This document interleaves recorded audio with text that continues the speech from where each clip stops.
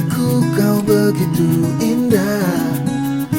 Kau membuat diri. Hiduplah dengan berpandukan dua perkara yang telah Nabi Muhammad sallallahu alaihi wasallam tinggalkan kepada umatnya, iaitu Al-Quran dan juga As-Sunnah.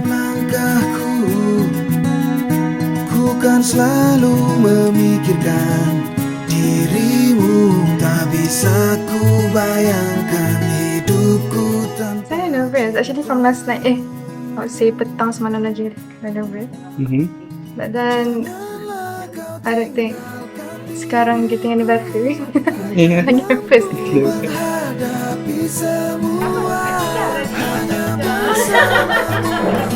Ya, make sure bangun pagi, jangan bangun lambat-lambat. kau adalah darahku, kau adalah jantungku, kau adalah hidupku, lengkapi diriku. Oh sayangku, kau begitu sempurna, sempurna. Kau genggam tanganku saat diriku lemah dan terjatuh.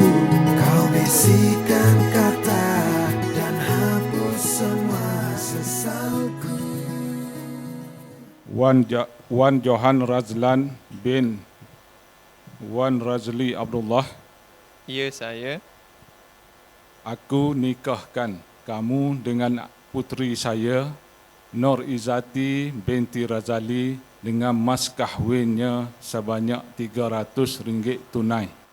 Saya terima nikahnya Nur Izzati binti Razali dengan mas kahwinnya RM300 tunai.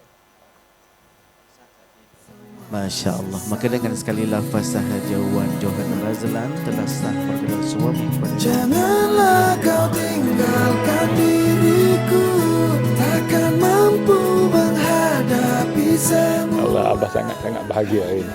Okay. InsyaAllah. Tuhan restu perkahwinan ini dan selamat dunia akhirat. Darahku, kau adalah jantungku, kau adalah hidupku. A very good effort. And all the best for you. Thank you. Begitu